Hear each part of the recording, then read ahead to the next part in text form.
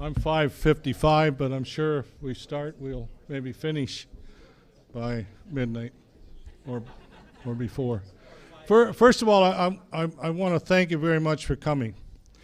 But what you have to remember also is that, I, as mayor, I really accomplished very little, but with a lot of help, by working together, I can get things done. And I have a number of Quinte West staff who've worked hard for the last, ever since I indicated that we would be committing to this evening. My assistant, Jane Milkey, is here someplace. Jane?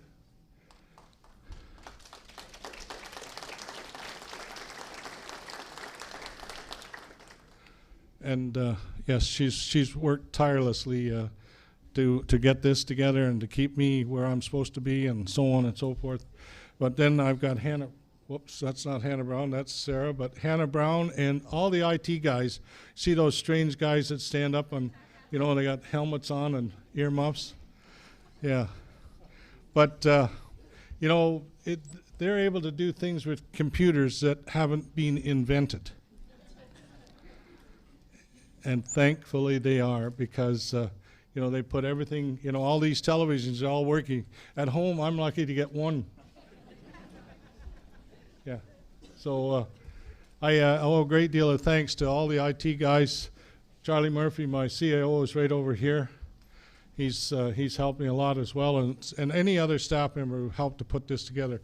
I want to thank you very much, and I appreciate it.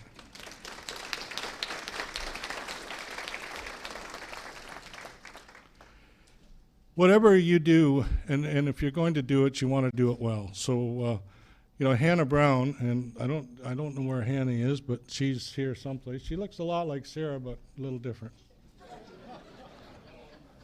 Anyways, Hannah has taken on this project for me, and she's collated everything and put it together and communicated back and forth with people from, I think Rochester to California to the Atlantic Ocean and to Prime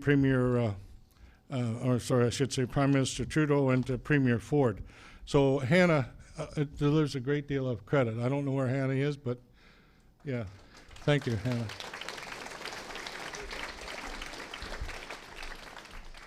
You may have noticed, you saw a picture in the paper. I was in Toronto a couple of weeks ago, or maybe a week ago. Anyways, I did talk to our Premier about this situation, about the water and several other things. But I have a letter today that came from Premier Ford, and he's written it to Prime Minister Trudeau. I write to request your support on behalf of the Ontario homeowners, businesses, and municipalities impacted by this year's devastating flooding along the shores of Lake Ontario and the St. Lawrence River. As you are aware, for the second time in 3 years, communities in this region have experienced record high water levels. The flooding has caused extensive damage to public and private property, while also severely impacting the businesses that support the vital tourism economy in the region. The cost to the municipalities, private landowners, and businesses in these communities will reach into the hundreds of millions of dollars. Water levels on the St. Lawrence River and Lake Ontario are controlled through the Boundary Waters Treaty of 1909 and the International Joint Commission it established. As such, the province has no ability to act to reduce the prospect of a repeat of the disastrous flooding in the spring. I've been disappointed by the lack of responsiveness from the IJC to concerns raised by individuals, businesses, as well as municipal, provincial, and federal elected representatives. Indeed, with time running out to lower water levels in the region ahead of next spring, the IJC continues to ignore requests to hold public meetings to discuss the plan. The people living and working on the shores of Lake Ontario and the St. Lawrence River, the future of their homes and businesses hang in the balance as decisions are made by the IJC over the next coming weeks and months. For these reasons, I'm asking you to act immediately to add a commissioner to the International Joint Commission from the region impacted by the high water levels in 2017. And again this year, it is imperative that the voices of those communities most impacted by the decisions made by the International Joint Commission are represented at the table.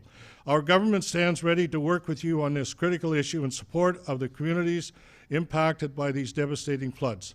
Thank you in advance, for your attention to this critical matter, and I look forward to your positive response. Premier Doug Ford. Okay.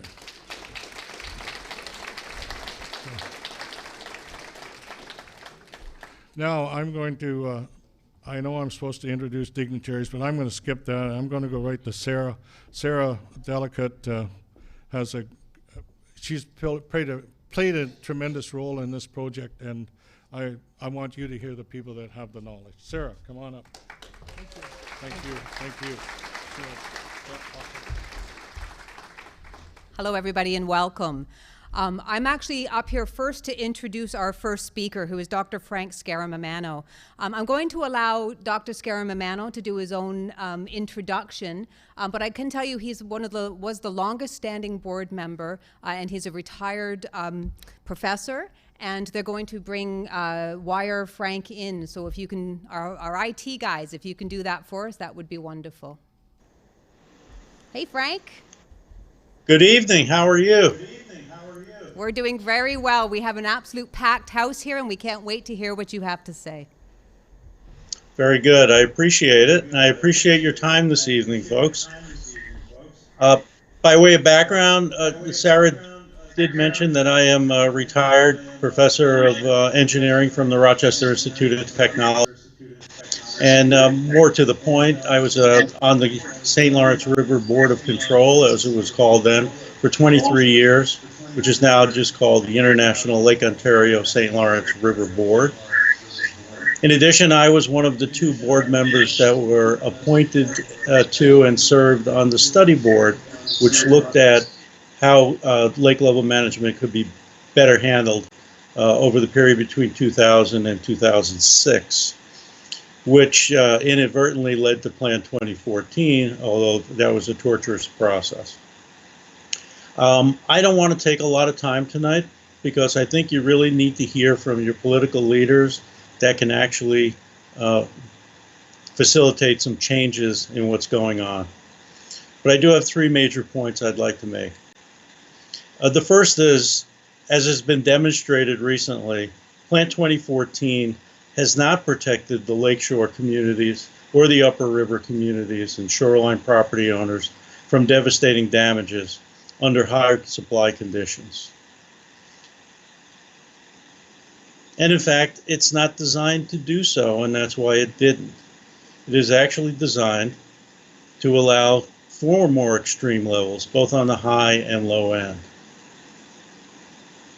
This was done under the, I believe, mistaken assumption that such a regime would benefit the wetlands around the lake and the river. And under the further mistaken and hopefully discredited assumption that was utilized during the study, that the major beneficiary of the St. Lawrence project were landowners around the lake and the communities, and that they can easily afford to take on damages since they had such a large benefit. Hopefully that's been discredited by now. My second point is that during high supplies, the plan is actually biased against the lakeshore and upper river communities in favor of downstream interests. This is due to the fact that the flows are limited so that the flooding downstream can be limited during high water periods. This was intentional, since during the secret negotiations that eventually led to Plan 2014, the province of Quebec insisted that its citizens receive no less protection under the new plan than was under the old Plan 1958 DD and its its orders of approval.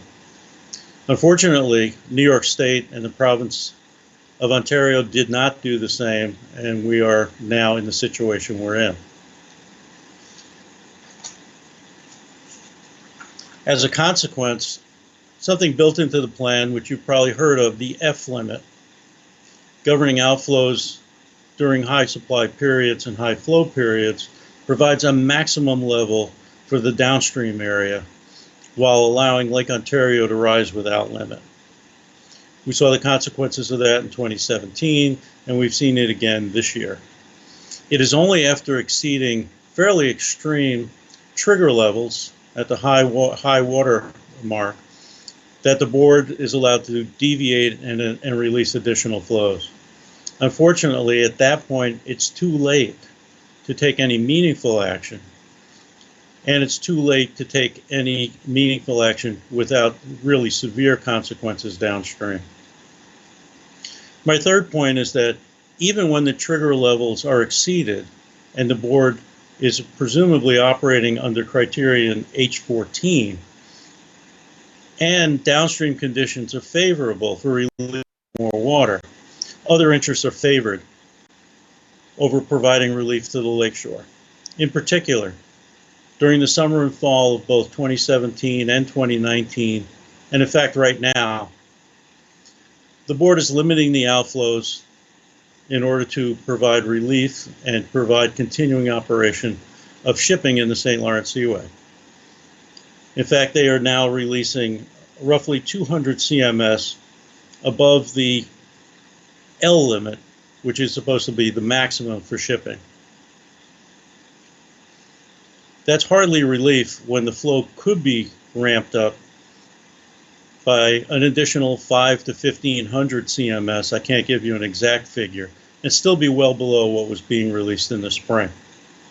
It is noted that in these extreme conditions, under criterion H14, when we're above the trigger level, the board is required to, quote, provide all possible relief to riparians upstream and downstream of the dam. There's no mention of shipping in criterion H14. At the low end, the opposite is true, and all possible relief is to be provided to shipping. So it wasn't inadvertently left out of the high end. The purpose was to provide all relief to riparians, and all others should take a back seat.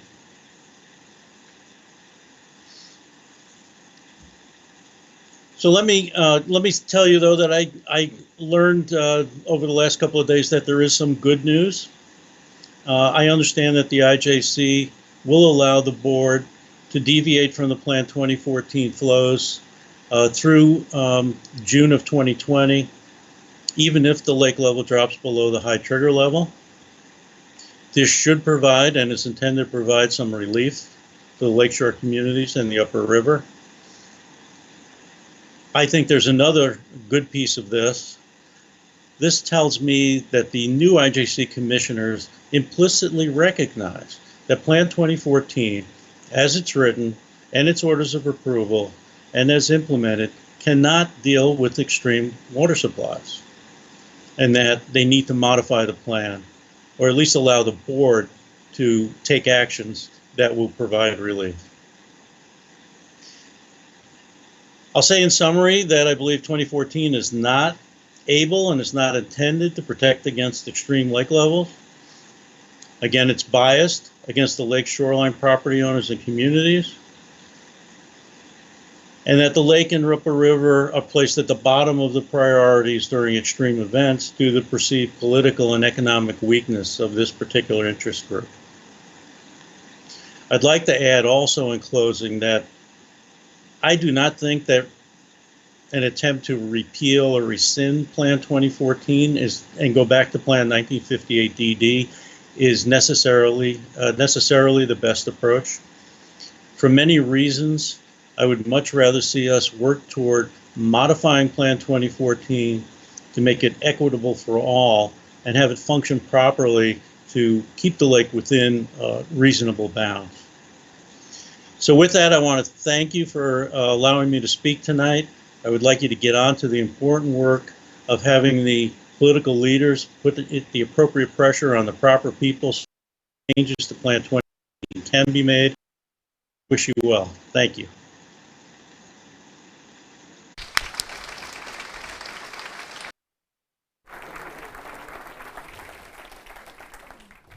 Wonderful.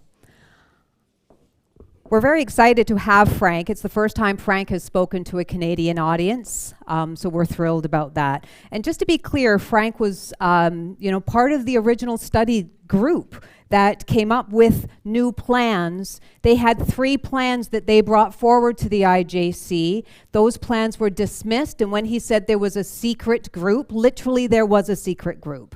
There was another group of people who met behind closed doors without open agenda or minutes, etc., and they came up with Plan 2014. And that's how we ended up here today. So if I could get my slide deck up for me, please. All right. We had some problems with my clicker earlier, and it's going to be delayed, and we'll work through that.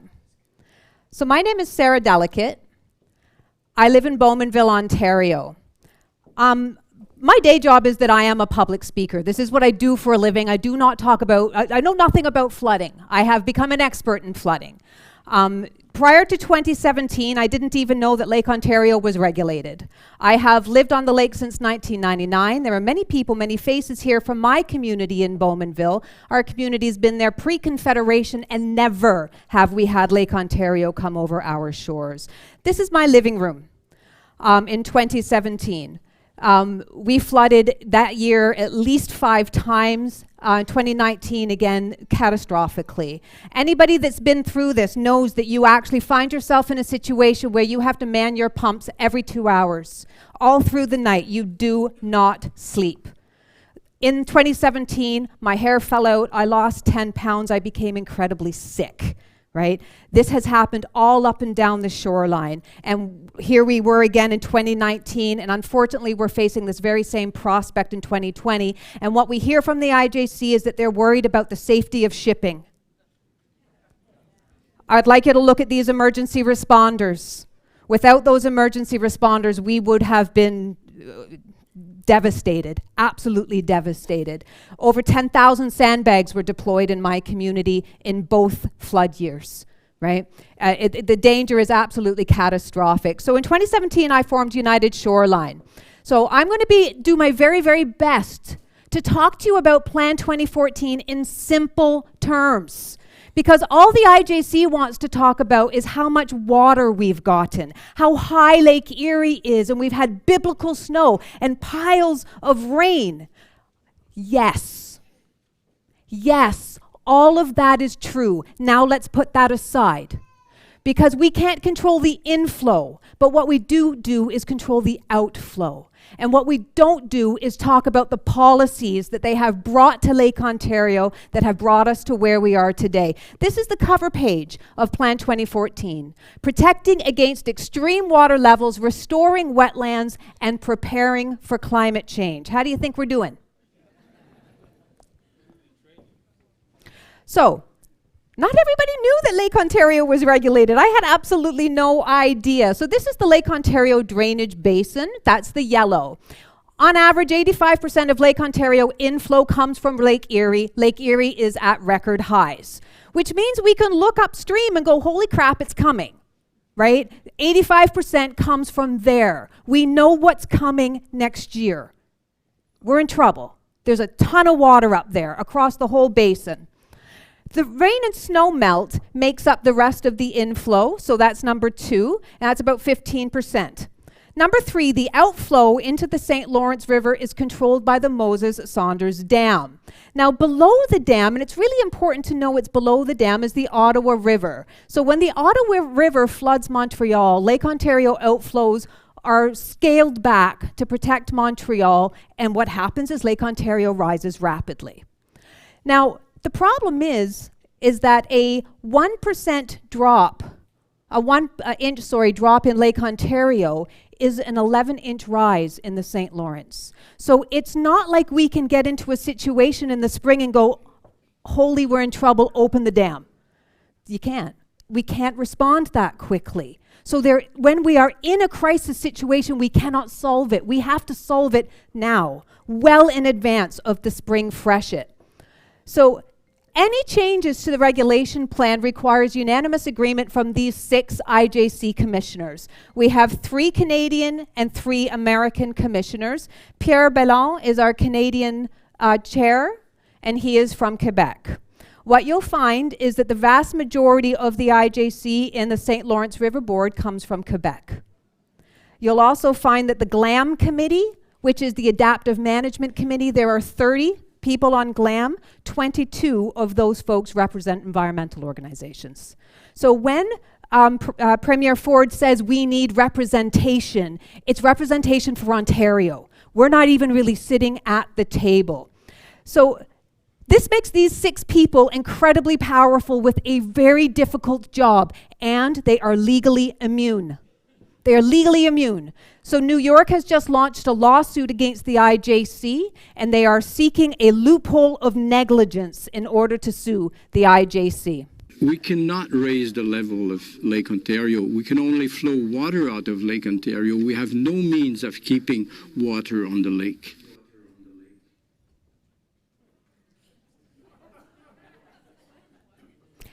That's the Canadian chair of the IJC. I'm not an engineer, but I'm pretty sure it's a dam. By design, dams are designed to hold water on the lake. But here is our IJC commissioner on an interview with TVO September 16th saying to the public that we have no means of holding water back on Lake Ontario. I apologize.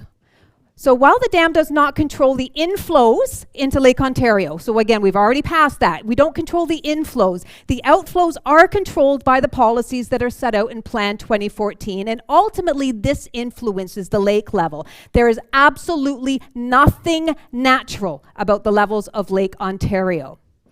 So for 50 years, we had Plan 1958 DD, more than 50 years. This is how we used to be regulated. And the thing is about this plan is that our governments trusted the limits of Plan 1958D when we did our engineering designs, when we did our policies for our setbacks for things as boat launches, public and private docks, your public infrastructures, where your marinas put your gas pumps. That was all about Plan 1958 DD. We built our shorelines around the rules of Plan 1958 DD. So on the one side here, this is an unregulated Lake Ontario.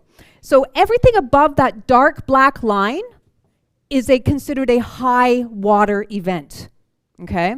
So according to, this is their own, they call this a spaghetti graph. This is their own graph. And you can see we have this crazy number of high water events that we would have had if we weren't regulated. On the right-hand side is Plan 1958 DD. So you can see that we still have some high water. They can't control for everything. But when you look between these two spaghetti graphs, I would actually draw the conclusion that they do a pretty good job controlling the levels of Lake Ontario. But the IJC will say to you that we hardly have any influence, right? That's part of what they say. We have very little influence on this, yet their own spaghetti graph shows something very dramatically different. Essentially, Plan 2014 is no different from the previous plan. Isn't this great? We're here to talk about a plan that's exactly the same as the last plan. Essentially the same. What are you people getting all worked up about? So let's talk about how this plan is different. So Plan 1958, there's the old plan. When you apply the new plan, Plan 2014, you can see that we have a whole bunch more highs and a whole bunch more lows. Because by design, Plan 2014 wanted more lows and lower lows by design and more highs and higher highs for longer periods of time. We went from a 4-foot range, I apologize again, we went from a 4-foot range to a 7-foot range with Plan 2014. And this is at still water level, folks. Still water. How many of you are just trying to recover from the trauma of October 31st of this year, right? Some of us had 12-foot, 18-foot waves. So Plan 2014 by design has highs during the spring months of April through May more than 400% more often than Plan 1958 DD. But somehow we are to believe that this is essentially the same plan. The other thing that's extremely curious for us is that chief wetland scientist for the original study group that came up with this plan, the chief scientist said that the highs and the frequencies of the highs in Plan 1958 DD were enough for the wetlands. That was enough for the wetlands, but what we needed was more lows during the midsummer, that's what was missing. I can't wait to see those lows. So we know now that those lake levels are managed dramatically different. So what you see here, this bottom blue line, this is the 1960 to 2016 average of Lake Ontario, January through December. January 2017 is when Plan 2014 came into play. Whoop. Because they wanted higher highs. Now, we also had trouble making ice. The ice formation at the dam was a problem here, right? So we got up very high very quickly, and we remember what happened in 2017. But we didn't come right back down here. We didn't come right back down because there's not the design of Plan 2014. We end up right back here, right? So this is 2018. We didn't get the same kind of inflows that we, rain and snow and so on. But here again, right back to this point, which you can see is significantly higher, and then with 2019. So the problem is that we are managing those levels dramatically different now. We actually have had similar precipitation years. They've been pretty epic, but we have had similar precipitation years. And what I can assure you is that climate change and Plan 2014 did not both go into effect the very same week of January. But this is what they want us to believe. It only has provisions for a higher level of water, a few inches in the fall and a few inches in the spring. Some years, other years, it would have less water than previously. The idea is to create a variation from year to year on the levels for a short period in the fall and in the spring. There is absolutely no intent of keeping the lake 1 foot higher. Just a couple of inches, no intentions of keeping the lake a foot higher. So let's have a look at what the plan actually says. So this comes from Plan 2014. This is a direct quote that based on historical supplies. So when you talk about extreme levels, first of all, your first mistake is looking at historical supplies, but then telling us that climate change is going to bring us wild stuff. Right? We're relying on historical supplies, and that based on all of that, that the plan is going to bring us about 6 centimeters or 2.4 inches more water than the old plan did. So it's about as high as a tennis ball. That's one heck of a tennis ball. But what we know is true is that Plan 2014 changes the real trigger levels for April, May, or June by over a foot, which means they allow it to get another foot higher before they do anything. Okay? So this allows the lake to go up a foot higher during the wet season, and it averages it out with the low season. That number, that tennis ball, is an averaging. That's not quite how we experience our years, is as an average. So a foot higher during those rainy season equals more flooding, more erosion. And this is a massive problem. So even though we have been told that Plan 2014 is essentially no different than the previous plan, what we know is that Plan 1958 DD had a target range of 4 feet. That's what they were aiming for. We didn't always win with that. There are highs, there are lows. So we had a total range of about 6 feet under that old plan. An unregulated Lake Ontario has a total range of 6.5 feet. Plan 2014 has a target range of 7.1 feet. 7.1 feet. We don't actually know what the total range will actually be, but that is what we are targeting for in Plan 2014. So if you were to introduce more water into these two glasses, the glasses on the left is Plan 1958 DD, and the one on the right is Plan 2014, which glass will overflow first? Are there hydrologists in the room that could help us with this? They could have released more water in the fall, and they didn't. We can see that Lake Erie is at record highs. These are all things that we could predict. We can also, they talk to us about climate change, that it's going to bring us these extremes, yet we leave the water high by design. I just like this. Oh, where did it go? We have to listen to it one more time. Come on. Nah, it's not going to work for me. Essentially, Plan bad. Okay. 2014 is no different from the previous plan. So let's look at some other ways that Plan 2014 is actually different than the previous plan. So Plan 2014 is actually less flexible than the old plan was. This again, direct quote out of Plan 2014. And what it reads is that some of the benefits now under Plan 1958 DD, those were the result of ad hoc discretionary decisions by the International St. Lawrence River Board of Control. Those pesky, really bright engineers that used to control the lake. We didn't like those discretionary decisions. Plan 2014 will make these benefits more assured and predictable by removing the discretionary aspect of these decisions and formally making them part of the plan's regulation rules. Plan 2014 will use the releases prescribed until Lake Ontario reaches specified high or low trigger levels. These did not exist in the old plan. In the old plan, these smart engineers would sit around the table and make decisions. Under this plan, they are shackled until we hit these trigger levels.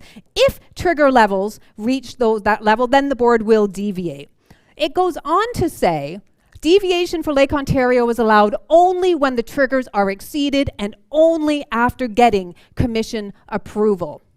So from the deviation directive, if the board expects lake levels will be outside the range defined by the trigger levels, then the board will request permission from the commission to make a major deviation from the plan. Just so everybody's clear, we are deviating from the plan right now. It's a 3% deviation. 3%, because we're adhering to something called the L limit. 3% deviation. So the trigger levels, as Frank said, do not protect us against extreme levels. In fact, they set us up. This comes from one of Frank's slide decks. So what you see here is the upper trigger level, and the bottom one is the lower trigger level. These little triangles are the maximums. So those are the maximum heights that they're going to let Lake Ontario get. When we hit those levels, it's really bad. Please have a look at where the trigger level is midsummer. So by the time we hit that trigger level, do you think we can open up the dam? Because remember, a 1-inch drop on Lake Ontario is an 11-inch drop increase in Montreal. So they have set us up in a plan that truly is like a massive transport truck coming towards a red light, and you're going to give them like 10 seconds to hit their brakes. That's what this plan is, and it's how it was designed, and it's why Frank has been extremely vocal about this plan, and Frank was fired from the board. So these are the trigger levels. And we could see April trigger levels as high or higher than 247.3 feet, which is the current flood stage. So we will be at the flood stage, and these catastrophic levels could remain 5 months in a row, and the board would not be required to act. 5 months in a row. That's all of these yellow highlighted areas where we get up to 248 feet, and they do not have to act under Plan 2014. If you listen very critically to the news, you'll hear the IJC says things like, the goal is to remove as much water as possible. What they actually mean when they say we are releasing as much as possible, they mean as much as permissible. As much as the plan permits. We are absolutely releasing the maximum. Yes, the maximum under Plan 2014. So we have to listen very carefully. And even now in media, they say we are providing all maximum relief to riparian homeowners. And then later on in the paragraph, it says while balancing other interests. While balancing other interests.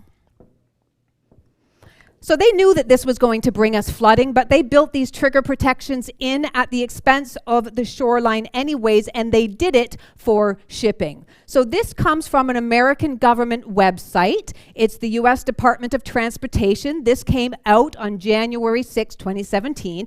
It's still there. You can still read this. Now, this is kind of small. I'm going to read it out for you. The IJC characterized Plan 2014 as a way to benefit the environment by restoring more natural flows to the St. Lawrence River to allow for more flooding during wet seasons and more restricted water during the dry seasons. It's what we wanted. Higher highs and lower lows, the wetlands would benefit.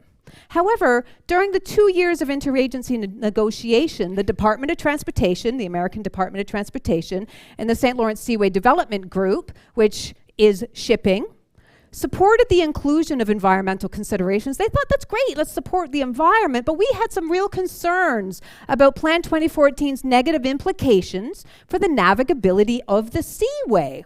So because they were worried about that, ultimately the State Department supported DOT's recommendations, and what they agreed to do to ensure the safety of navigation was establish trigger levels.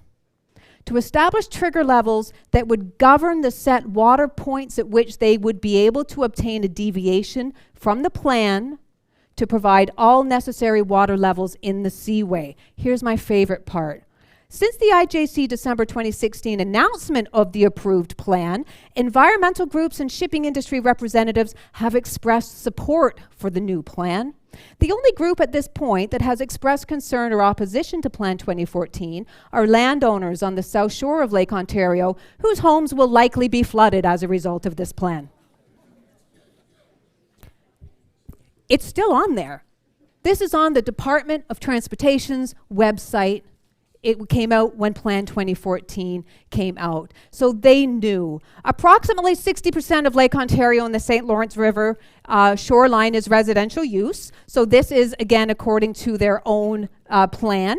An estimated 25,000 privately owned riparian properties are located on Lake Ontario and the St. Lawrence River upstream of the Moses Saunders Dam. More than 3,000 shoreline property parcels are located at the 250 feet mark, and they could be at risk of flooding.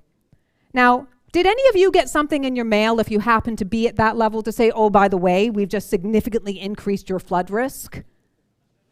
I don't think any of us did. So I'm going to do a very poor job of explaining what Bernie Gigas has done. So Bernie Gigas is an engineer in the States who took over 6,500 different data points off of the IJC website and plotted them so that we could have a really good and solid understanding of what is actually happening and do some forecasting. Now, we ran a webinar for elected officials up and down the shoreline. Prior to doing it, we did it for the IJC. The IJC saw this data. We spent 2.5 hours with them. The Canadian chair and the American chair were part of that. We had 15 engineers and senior policy people, and ultimately they could not punch holes in Bernie's data. All of Bernie's information is on our United Shoreline Facebook, YouTube channel, sorry. He does a much better job. But we have to spend a little bit of time understanding these things that Frank talked about. So we can't just keep talking about rain and Lake Erie. We have to understand the policy. So the first one is the F limit. The F limits are designed to provide a balanced flooding between Lake Ontario upstream and downstream in Montreal, primarily in the cases of high water in the spring. So it does make sense that there be a balancing of damages without a doubt. I think, oh, you know what, before I move on, I just want to show you the Ottawa River does not feed into Lake Ontario. Like, be crystal clear on that. It's not a tributary. It doesn't feed us water. It is downstream of the dam. However, this is what happened in 2019. So the green level, the green line here is Lake Ontario. The red line is the Ottawa River, okay? This black line is the outflow from Lake Ontario, the outflow at the dam, okay?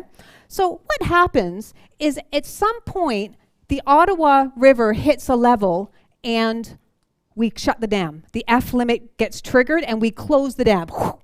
And when that happens, Lake Ontario rises very, very rapidly. So compared to 2018 where there was no flood, the Ottawa River added 1.1 feet to our lake. 1.5 feet of your water in 2019 came from the Ottawa River. Does that make sense? The truth is if you compare it to an average year, it's 1.5 feet. It added 1.5 feet to our water. Lake Erie inflow and precipitation added 0.9 feet. That's it, 0.9 feet. So the F limit is extremely important. So without the F limit, this is what it would have looked like, gang, without the F limit. So this blue line here is called the upper trigger level. This is the equal shared pain point, right? Equal pain. Without the F limit, This is Montreal.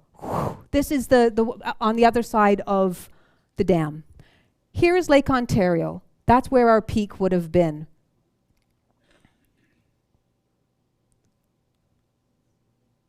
Here is with the F limit. So yellow is Montreal. Ottawa River, flooding us, hard stop. They hit that shared pain point, and it's a hard stop. Plan 2014 has a hard stop for Montreal. There is no hard stop for Lake Ontario. An extra foot and a half, 2 feet, 2.5. There is no hard limit. The only hard limit is how high the dam is. So here's the problem. When we look at them side by side, here is with the F limit, right? There's Lake Ontario. If we didn't have the F limit, this is what it would look like. So this is not climate change. This is not rain. This is policy. This is policy, and this is human intervention or lack of intervention. So the current Plan 2014 F limit disproportionately damages Lake Ontario and the St. Lawrence River shoreline. So the F limit is in place to protect Montreal. Now, it's important that people, don't hear me up here saying that we should just open the dam and to heck with them out there in Montreal and Quebec area. A shared pain point is appropriate, but this is not a shared pain point. This is a hard stop, and everything gets transferred over to Montreal, which is why it's so important that Premier Ford has demanded that Ontario have representation on the board. Because what Montreal wants and what Ontario wants are two very different things, right? There's actually an inverse relationship between those two things. So once Montreal reaches 73.75, the flood damage stops being shared. So now we're going to talk about the L limit. And you guys are being a very good audience because I know this stuff is hard to listen to. But you have to understand it, so when people go, oh, it's just climate change, you can go, no, it's not. Absolutely not. Plan 2014 has something called the L limits, which are designed to maintain the St. Lawrence River flow velocities safe for ship navigation purposes. The problem for us is what it actually does is the L limit extends the length of time that our flood is here. It extends the flooding damages, and it prevents us from getting to a year-end level that will make sure that we don't end up in the same spot again in 2020, which is what we're heading for now. The L limits apply from April 1st to December 31st. So the problem is, and you'll hear this language, you heard Frank say it, that the L limit is an apparent, we were told we had to have the word apparent in there, violation of criteria on H14.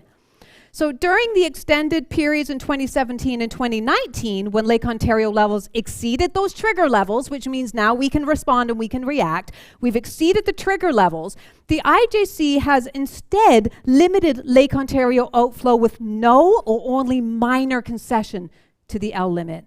So the minor concession, and you heard Frank say it, it's the L limit plus 200 meters, cubic meters squared. That's it. It's a 3% deviation. That's what we're getting. This is a violation of criteria H14. There are 14 criteria that the plan has to adhere to. It'll say things like one criteria says we have to operate in the interest of shipping. We have to consider the interest of hydro. We have to consider the interest of boaters. We have to consider the interest of riparians, right? They all say these different things. And then you get to 14. And what 14, this is a quote, in the event that Lake Ontario water levels reach or exceed high levels, the works in the international rapid section shall be operated to provide all possible relief to riparian owners upstream and downstream. Hard stop. That's it. All possible relief. In the event that Lake Ontario reaches or falls below the low level in the works, the international rapid section shall be operated to provide all possible relief to municipal water intake, navigation, power, upstream and downstream. So there is a carve out for shipping, navigation, municipal water intake at low water level. There is no carve out in their own criteria above high water level. So if there is no carve-out for shipping, why are we operating under the L limit? Does that appear to be a violation to you folks? The high in water levels at which this criterion applies, blah, blah, blah. Anyways, you get the concept of this. So let's have a look at how this shows up for us. And again, Bernie does a much better job of this, right? So here, the blue is Lake Ontario. No, sorry, orange. Orange is Lake Ontario. This is 2017 data. The blue line is criteria H14 levels. So the second we crossed that line, it should have been all possible relief to riparian homeowners. This red line is the L limit. This is the actual outflow right here. This dark blue line, outflow, outflow, outflow, up, up, up, hard stop once it hits the red line. Hard stop, slightly above, but you can see the whole way in 2017, we adhered to the L limit because we want to protect the safety of navigation. So he's got a bunch of stuff here about how long we were in violation for. So here it is again in 2019. Exact same model, right? So here's Lake Ontario. There's H14. Red is the L limit. Here's the outflow. Hard stop. And you heard Frank say we easily could have added another 500, even 1,500. We could have done that. We could have been doing it for months. For months. I sat on one call with the IJC and they said they were worried about the safety of people swimming on the other side of the dam.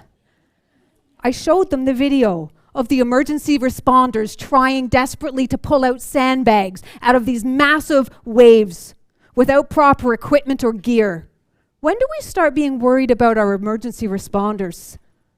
About our homeowners, about our businesses? So we have been in violation of Plan 2014's H14 criteria for a very, very long time, which is one of the things that the American lawsuit is going after. So listen to Bernie's video. He'll talk to you about the forecast. And we have another fellow, Mike French. Is Mike here? Hey, Mike. Mike is going to talk to us a little bit about future projections. And I got to keep an eye on my time. Okay, so what we know is that if the outflows continue to be set by the L limit, which is what they're doing, and pretty much they've told us they do not intend on stopping shipping. Because now what they would actually have to do to get enough water out, they would have to suspend shipping. And it's amazing because I've heard the language that we're not actually being injured. It's a reduction of benefit. We're just reducing your benefit. So I want you to tell me how many of these ships would have made it through that channel before regulation? Have you seen the size of those ships? So 100 years ago, could we have done that shipping? No, absolutely not. We could not have done that shipping. They have said that if they suspend shipping, it will cost, what did they say, 27 million a day?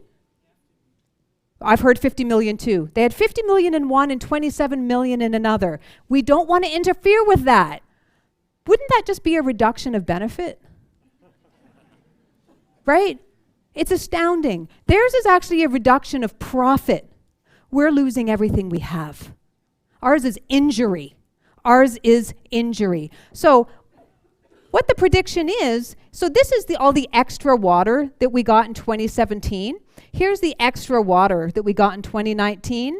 If we get that same kind of level of extra water in 2020, 250 is foreseeable. That's a foot higher than we were in 2019. A foot higher than this year is what we are. This is Russian roulette. This is Russian roulette with the shoreline.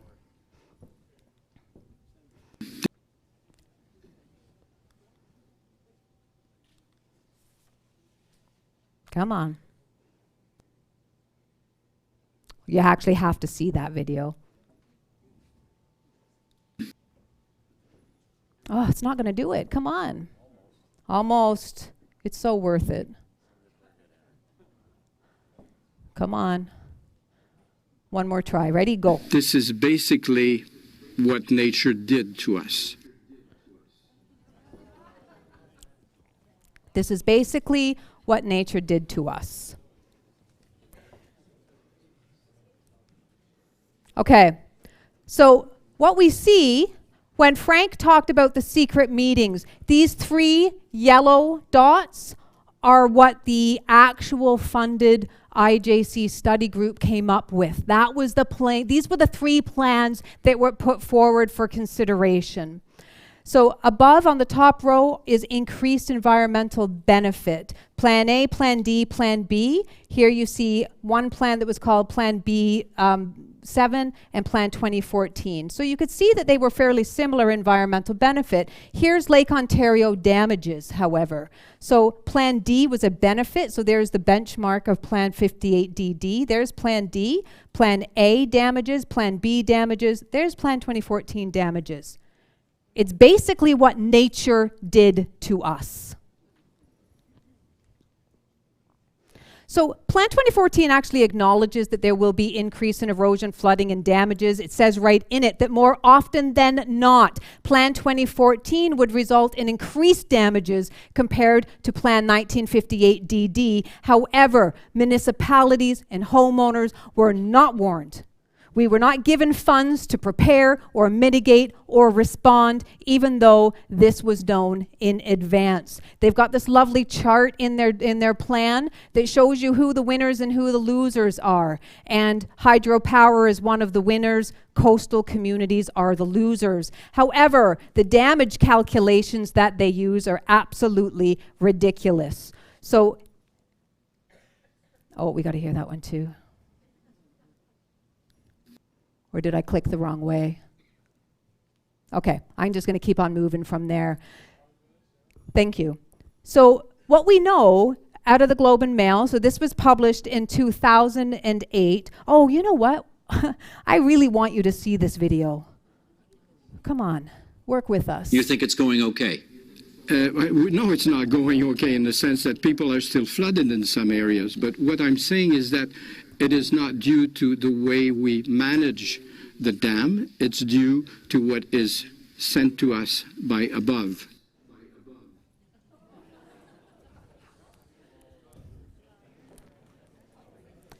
Sent to us by above. We were joking the other day that we think what he meant is by above our pay grade.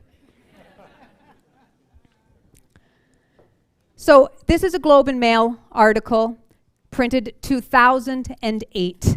2008.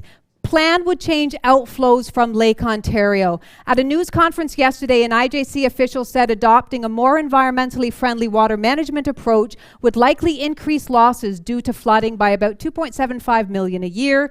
But he also warned that those living around the lake and the river, Canada's most heavily populated region, would be more vulnerable to infrequent, catastrophic flooding that would cost more than $100 million. These losses would occur primarily in low-lying areas of Ontario, New York, Quebec, Montreal, Sorel.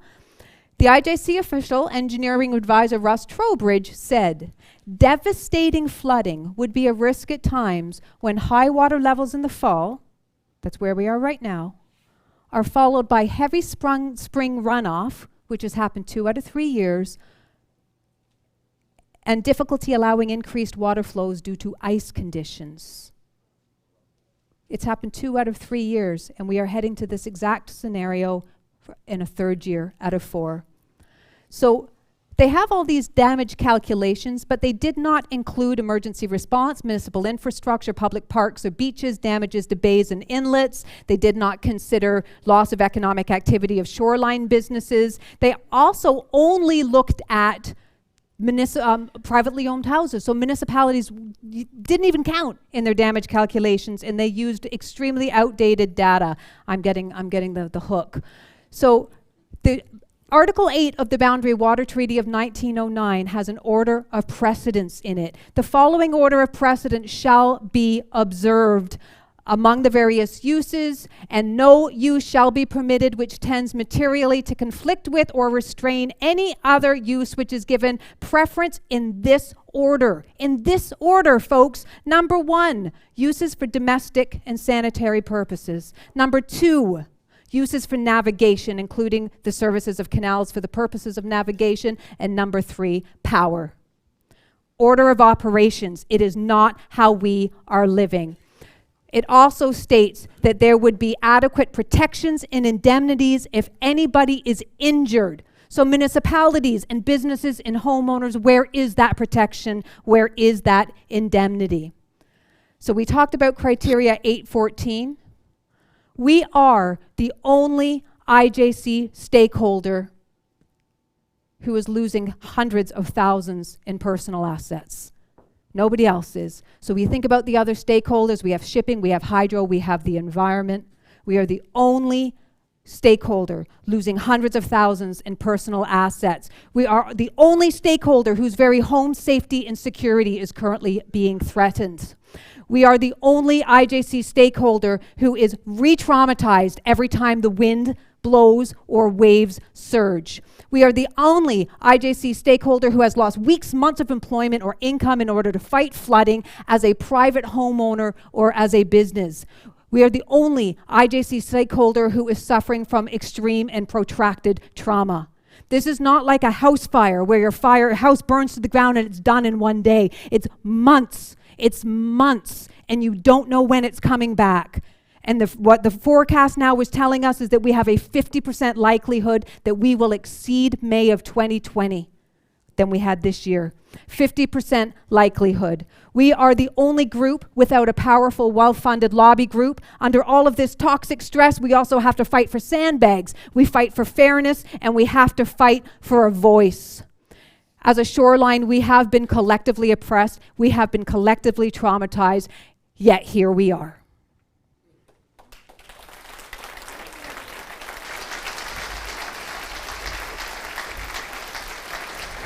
Last slide. So what we need you to do is to make some noise, folks. We have a public march in November, this coming Saturday, November 23rd. We're marching from the IJC offices in Ottawa and marching to Parliament Hill. Joanne, where are you? Right there. Joanne has a sign-up sheet for anybody that wants to take the bus from Trenton. Right? So if you want to take the bus and join that rally, please do. Please sign the petition on change.org. And the whole petition's point is get this water out of the system before spring of next year. Suspend shipping, get this water out of the system.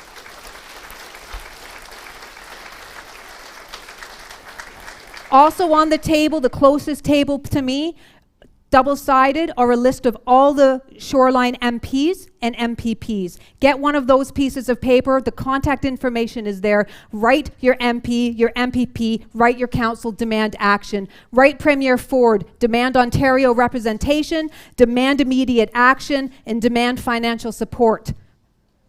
New York homeowners got $50,000 American dollars each to repair their walls in 2017 and 2019. Not a single penny has come to an Ontario resident. Last, write Prime Minister Trudeau and demand immediate action. Folks, my name is Sarah Delicate. I'm with United Shoreline. Thank you so much for coming.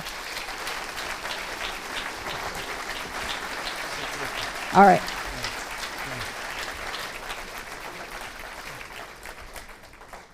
Can you tell that Sarah's passionate about this?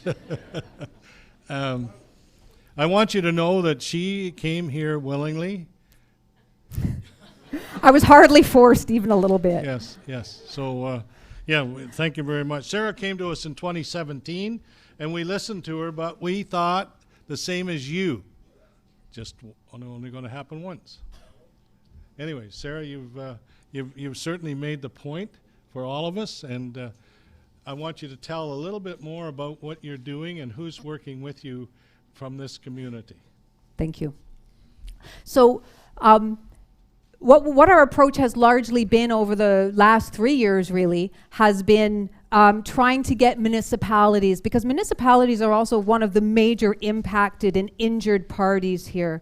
So there has been a coalition of 6 mayors who have, how long ago was that? About a month or 2 months ago now? The 6 mayors wrote a letter to the IJC, and one of their demands was suspend shipping and get this water out of the system now. Get this water out of the system. And they got a letter back that talked about climate change and stuff, yes? right?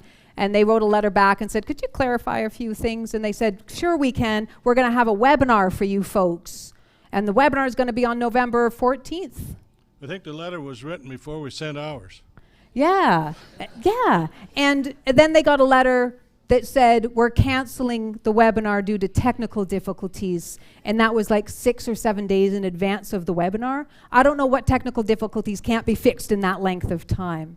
So we have been working very closely, and I can tell you that without the leadership of Mayor Harrison, we wouldn't be here today. Who else is on with it? Even James? All right, the next person we're going to introduce to the stage is Mike French. Come on up. Come on up, Mike French. Let's get Mike French's presentation up on the screen. Even James? I don't know. Eben's on your committee working with. Okay, I'll talk about that after. Okay. Hi. Hi there. We've never met before. We actually haven't. We've talked on the phone and stuff. Hi. So Mike, you're going to sit up here with the microphone, and here's your clicker. Okay. So he is an engineer from the Toronto Islands. Perhaps you saw some of the photos of Toronto Island. In 2019, Toronto spent $100,000 a week in flood mitigation. All right, so this is the one that moves you forward. Okay. Yeah, got it. Now it's a little sensitive. Okay. All right, I'll stay here just in case there's issues. In case I get in trouble. Hi, everyone. Very nice to meet you. Thank you for inviting me here. As Sarah said, I'm a professional. I'm a professional engineer, and I live on the Toronto Islands. If you've never been there before, they're a small group of islands off the foot of downtown Toronto, and essentially they are a sandbar. So very low profile, and water, as the lake levels rise, the water table pushes up underneath us. So we have a different kind of flooding maybe than what you're used to here. It infiltrates right through into our basements. So it's pretty intense. I've been on the front line of the Emergency Preparedness Committee since before the flood, but when the water started to rise, we were called to action. And after it was all over, as an engineer, I guess I was very curious as to what the heck's going on here, because I never really thought too much about lake levels before. And I wanted to understand, like, what's going on, and is this going to happen again, and what do we have to do to be ready for it? Oops. Too anxious here. There we go. So I'd like to just sort of step back a little bit and think. I want you to think of this. It's a full system problem that we've got here. It's not just at the bottom end of the lake here, because all our problems start to come from the upper Great Lakes. And the Great Lakes Basin, it's a massive body of water, and it holds about 18% of the world's fresh water, if that gives you any idea of the size of it. And there's only the 2 regulation points. So that's a lot of water to manage with 2 points of regulation. So I've got about 100 years of data, very much like Bernie Gigas. I've got all this information from the IJC, and I've been tracking it and looking at trends. And so what I'm noticing is the annual lake levels, they've been increasing significantly for quite a few years now. So basically from 2013 through till now, almost every year, the lake level has been creeping higher and higher and higher. Oops. And this year, we're at like record levels well above the 100-year mark. So you can see all the Great Lakes there. The October data, sorry, the numbers are probably pretty small for you, but the numbers in October are real numbers because that's we've got that data. The November numbers are, that's what we're trending towards right now.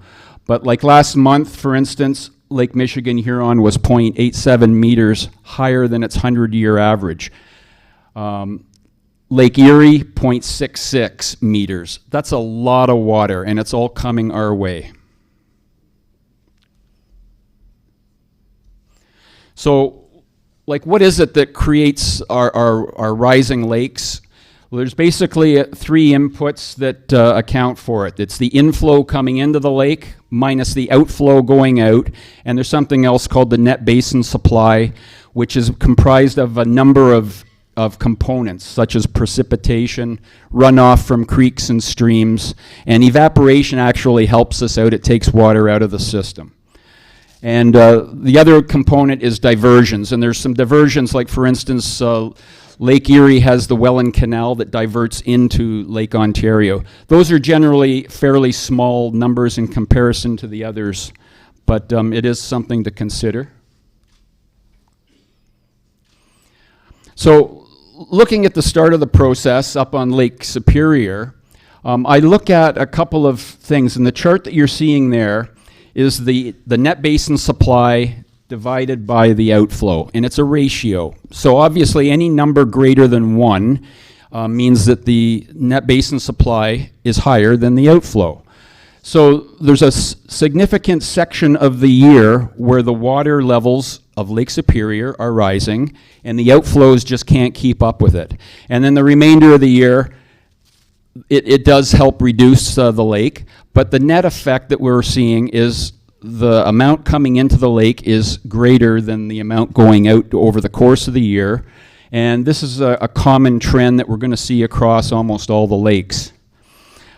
Interestingly enough, the net basin supply over the last 5 years, it's been about 20 or 10% higher than the 100-year average.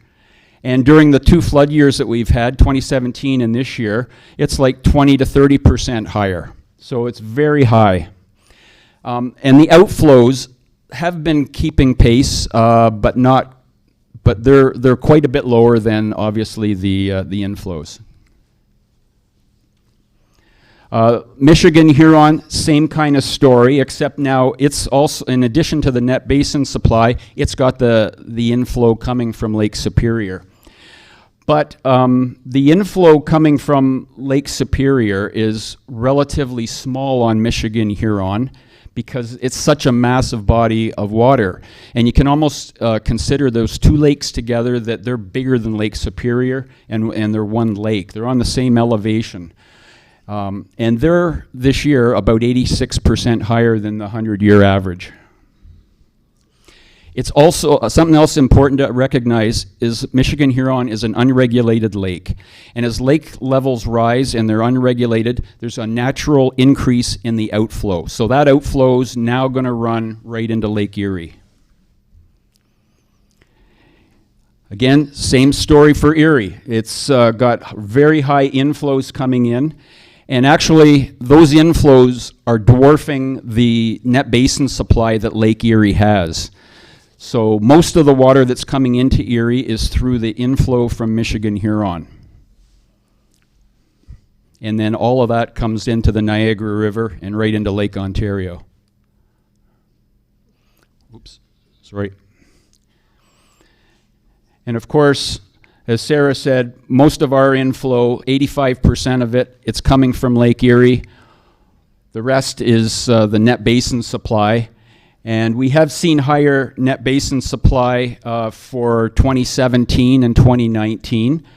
And the 2019 inflows are about 25% higher than what we would normally see. So this chart's going to be difficult for most of you to see, but it's a forecast model that I've created. And the top part of the chart is actual data. So I've got inflow, I've got outflow, I've got net basin supply, and from that I use the water equation to create a forecast. What should the level be? And there's an actual table column right next to it. That's the actual values that came out. So I know my model is accurate, it's working. So now I've said, okay, well, what would happen if we forecast going forward using this same model? So I've run many different models, and the results vary from minor flooding to very bad flooding. It depends on how you tweak the numbers. The first model that we see here, I just said, let's use the 100-year average for inflow, outflow, and net basin supply, just as a baseline to see how things go. And the highlighted area that you see down in the bottom part of the chart, it's major flooding. And it's those numbers are equivalent to about 2017 water levels. This is another forecast that I did using more relevant numbers. So the problem with just using average numbers, like the Lake Erie effect, is not being taken into consideration. There's a huge amount of water coming in.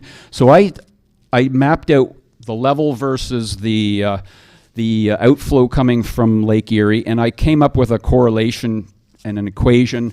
And so the numbers that I've got for the inflows coming into Lake Ontario from Lake Erie sort of map out very closely to what we're actually receiving right now, and it's per my my forecast equation.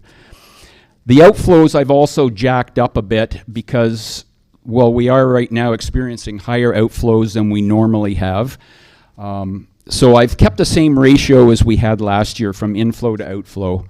And in this particular model, I said, what would happen if it's a really wet year? A lot of snow over the winter, wet spring, and it's disastrous. The numbers down there are approximately, as Sarah said, almost a foot higher than what we had this year.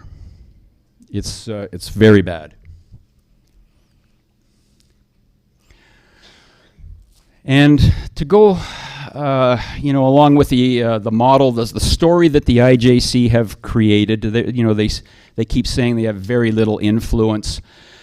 If they had have just last year tweaked the three highlighted outflows to 9,000 cubic meters per second, and the number to the right is what the actual outflows were. So they're not significantly different. I'm not saying to blow Montreal out or anything like that. Just tweak them a little bit like that. The circled numbers down at the bottom would have been the levels that we would have had this year. And that's like minor flooding in some areas. Some areas will still be a little worse depending on their where they're located. And some would have no flooding. So it is possible for them to tweak things and get a good result or a better result than what we're getting. So I guess my request to the IJC, and I've had some correspondence with them over the last month, is there's a factor in there that says that they target by January 1st. They want to try and get the lake level down to about 74.8 meters. I think that's way too high for high water levels like we're having right now. I think they need to lower that down to about 74.5, and that's a foot. And it just so happens that the 100-year average for Lake Ontario levels at the end of December is 74.53. So it's not outrageous. It's a decent thing, and it will give us some protection and some buffer. The next thing is that the outflow has to be optimized. I'm not a believer that the firm formulas are the answer. There has to be human interaction, and they have to tweak things so that there's equalized and equitable sharing of the pain. And this is what Sarah was getting to, and Bernie and Frank. It needs to be fair. And so somebody's got to sit there and actually optimize things and work live on this. And it might, and doing that might mean that in some instances the F limits that protect Montreal are going to actually be exceeded, and and then maybe perhaps also shipping might have to be temporarily suspended, or maybe truncated the season. So those are my requests that I've been asking, and I'm not getting a great response, of course, from the IJC. They're sticking to their story. So it's very, very important that this group band together with other groups and create a larger voice, speaking in the same voice, and conveying our message to our government officials to put pressure on them to make change. And I think that's it.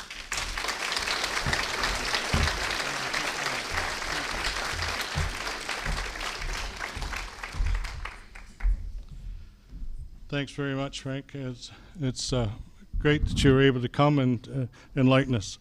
I've got to back up a bit. I'm going to start by introducing some of the local politicians. I have a number of my council here tonight. Some of them just happened to leave. I had Councillor Reid and Councillor Sharp and Councillor Freeman. I have Councillor DeWitt's here, right? Deputy Mayor Jim Elliott is here. Anybody else I'm missing? Oh yeah, Councillor Kuipers was here, but he hasn't been feeling so well, so I don't blame him. He hasn't been feeling so well. So thank you very much, Queen West Council. And I'll go to Brighton. Mayor Brian Ostrander is here. Ron Anderson is here, and Emily is here. Emily, thank you very much for coming. Appreciate that.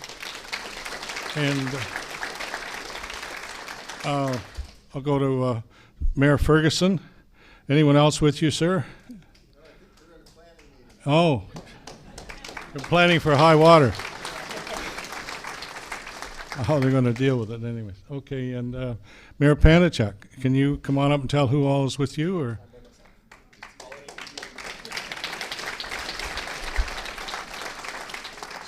you're slipping. Where are you going to sleep tonight? His wife Lisa's with him, so thank you very much for coming, Lisa. Thank you. Okay, I think, oh, I know, Margus Bester is here as well. Mayor, thank you.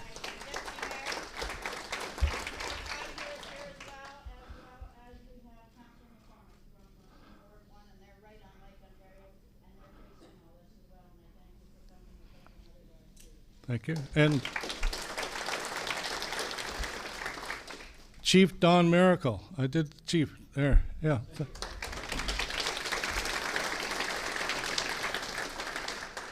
And you know, oh, sorry. What's your name? I can't remember either. Sorry about that. Rick Phillips, Mayor. Sorry, Warden of Hastings County. Thank you very much. You tend to save the best for the last, right? I'm the smallest of all. You're the smallest. Okay, okay, okay. We also have from Loyalist Township, Mayor Brazil come to join us as well. Right, I have his card. Thank you very much. Yes, thank you very much. Anyone else I better ask, because obviously I haven't got to that. I'm coming. I'm coming. I've got several MPs here. I have Neil Ellis. Please stand, Neil, and Philip Lawrence, Derek Sloan. Oh, I thought it. Yep, thank you. Yep. Cheryl Gallant. Thank you very much, Cheryl. And Michael Barrett. Do I have Michael? No? Okay, well, it was, he did indicate he would come, but that's okay. I appreciate you guys coming. I want to also, you see these young ladies taking pictures here, and I did mention Hannah Brown. Hannah's at the back there now, and she's dressed in brown. You can recognize Hannah. And also Jenna Leslie from Balwell. Jenna, where's Jenna? She was here. Oh, there's Jenna. Thank you very much for coming, guys. Thank you very much. And their objective is to help us get all of this information out. And also, even James is standing by this end, and even I'm going to ask him to come up and say a couple words before I go to the politicians. Ian even he certainly is a shoreline owner, and he's been working with Sarah. So even come up and say a few words, and then we'll get on to Neil.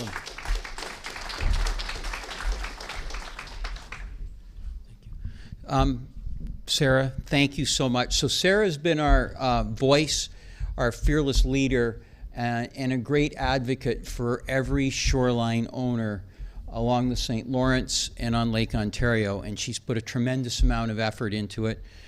Mayor of all the people, he has been the leader as well. And if I was to say anything, it would be that we are victims, and we need to call upon the people who are responsible for appointing the commissioners of the IJC and creating what situation we find ourselves in today, and implore them to bring about change and to bring it about now.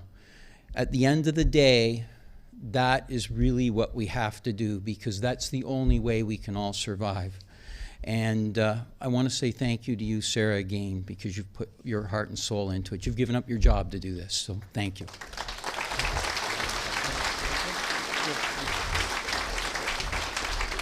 Okay, Neil, you're on first. Come on up. Thank you very much for coming. And you know, as I said from the very beginning, we are here to get our points across in a respectable manner. That's the way I always function, and I don't expect anything to change. So, anyways, thank you very much for coming. I like your tie. I'll lend it to you after, but it's great to be here tonight. And Sarah, I tell you, what a presentation, and you're as frustrated with the IJC as I am. And the meeting, and I mean, they just preach the same message. So it's a matter of trying to change as politicians.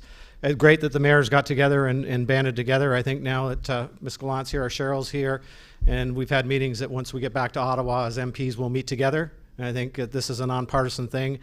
The ones along the lakeshore, and get this up to the Prime Minister. But as I said,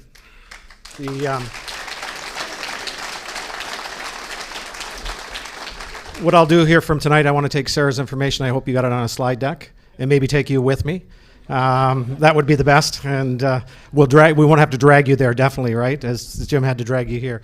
But I have meetings set up, and I'd like to include Sarah in them if she would come, and I hope they would have you. I know why the IJC doesn't care for you. I think your name was mentioned so in our meeting, but your point is technical, and thank you for that. So with that, we'll keep the meeting going. Thanks.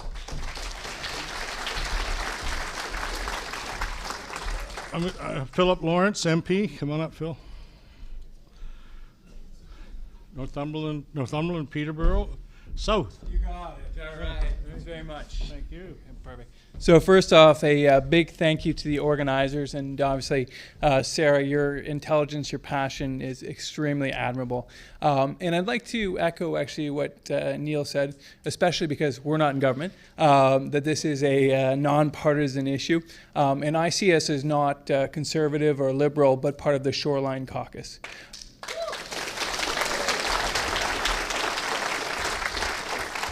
And just on that, just as a quick update, so I'll be sworn in on Friday. So I'm actually MP-elect right now. But as here's a couple of things that I've done so far for the shoreline. So I've done a tour from Grafton to Trenton, all points in between to Newcastle, and I've reviewed and I see it, and I see that the devastation that has really occurred, and I don't think it's overstating it one bit, Sarah, when you say the trauma and the safety and the security of the residents of the shoreline are at stake here. I've had a couple of lengthy discussions with the IJC. I won't comment too much on that because I don't want to get myself in trouble this early in my career. I've had discussions with Sarah, and she's the level of education that you are providing is absolutely exceptional, Sarah. So you make a very muddy thing very clear and very easy to understand. So thank you again, Sarah. And I've read pages and pages and pages and pages and numbers and graphs. I did my MBA, and I can say I've looked at way more graphs here than in 2 years of doing my MBA. And so amazing resources there. So just a couple, I won't belabor it too long, but just a little bit where I stand and where I'm going to advocate for you guys, working with wonderful people like Sarah, like Neil, like Cheryl, and like Derek Sloan back there. But I want to increase the flow to the maximum possible amount without making navigation unsafe.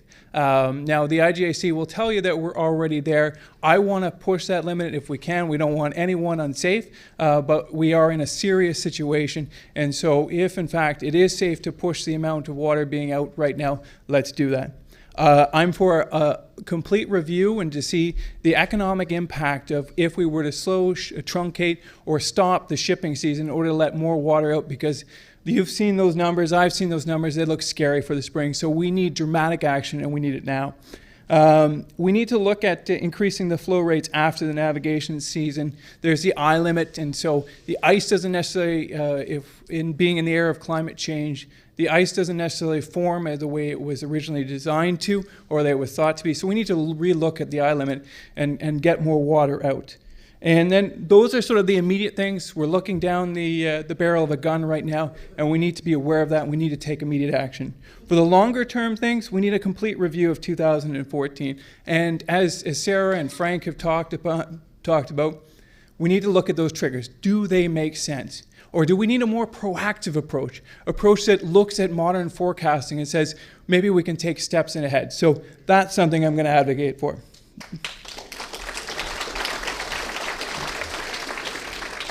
Now, those things all have, between us and victory, the IJC. The next couple, I'm hoping to work with my wonderful colleague and Mr. Neil Ellis and Prime Minister Justin Trudeau, because these are within the control of the Canadian government. I want to advocate for compensation for shoreline residents who have suffered damages.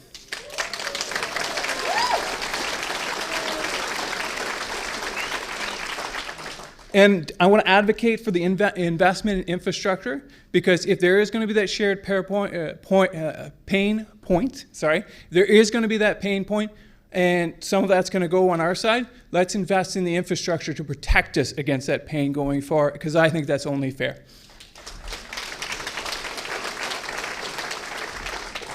So thanks again to the organizers. Thanks again to Sarah. And like I said, I look forward to working with you, Neil, as part of the Shoreline Caucus.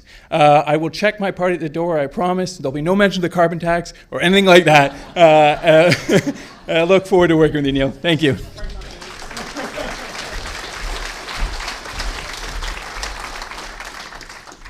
Cheryl Gallant, Renfrew, Nipissing, Pembroke. Wow, thank you. Thanks for coming.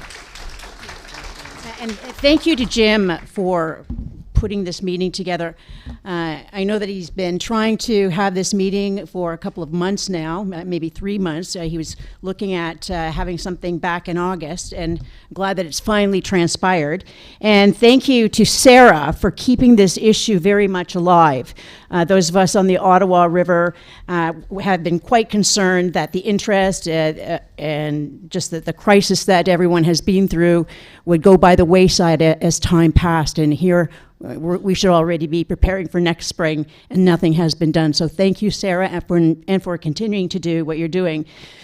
What I'm going to do is give you a bit of the federal perspective. There's a whole dimension to this which has not been covered yet, even though much has been covered. And Sarah's done an exquisite job of explaining Plan 2014.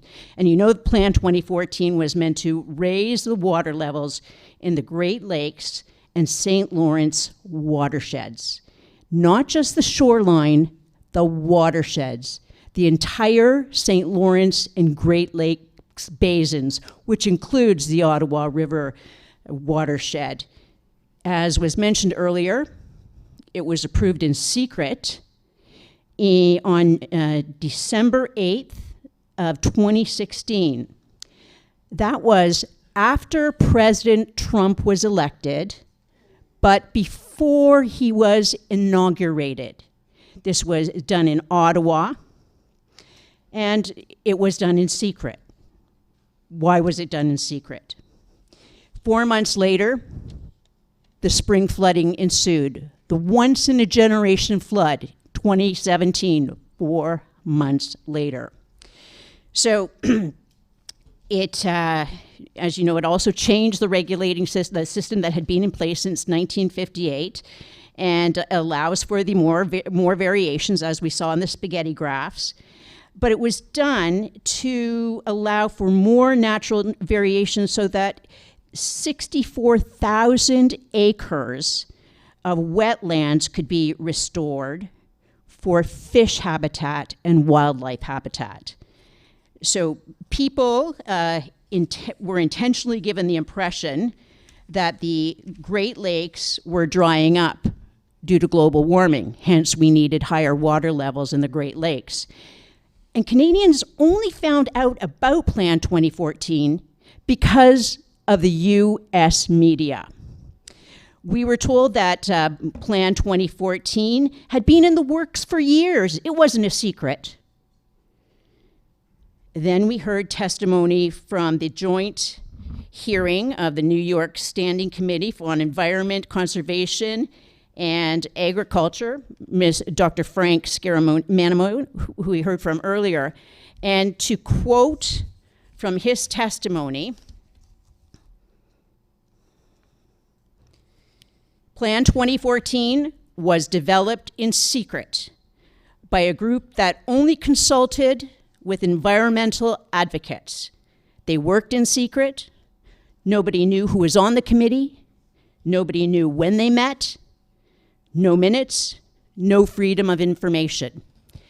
Later on in the testimony, he also said that it could be that with the high water, flooding would occur as a consequence of Plan 2014, not just because of the added amount of rain. So Plan 2014 in of itself could cause flooding.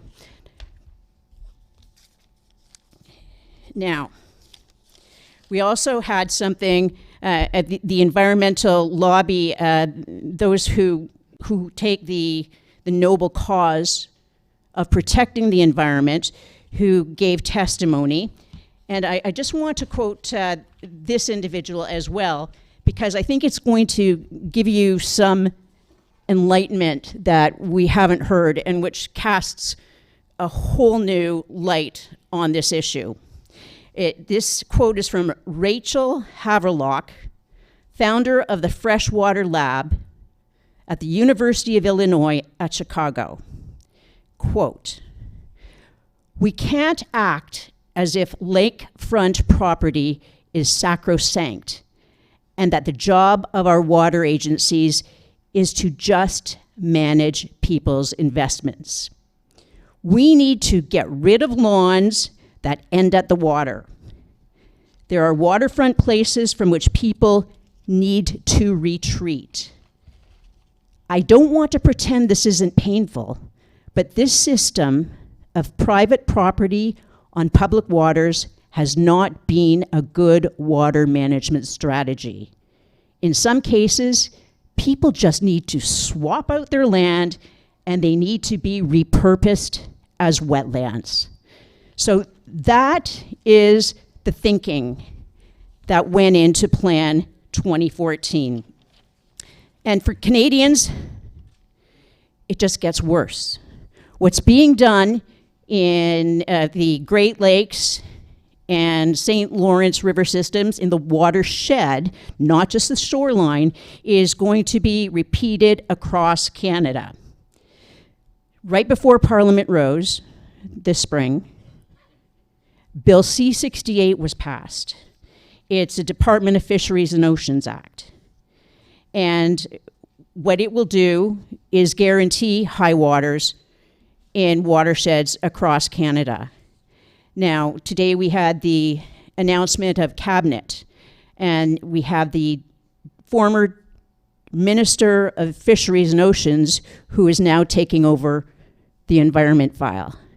So there is far more than Plan 2014 that has to be reviewed, revisited, and if not all parts of it repealed. Now we have a Bill C-68 to deal with, and it'll take a concerted effort, more than petitions. It'll take the will of MPs on all sides of the floor right now.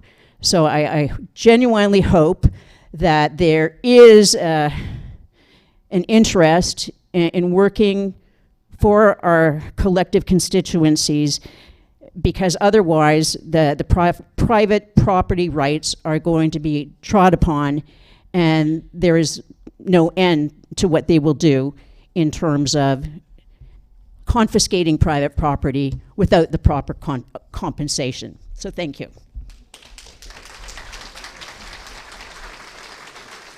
Thank you.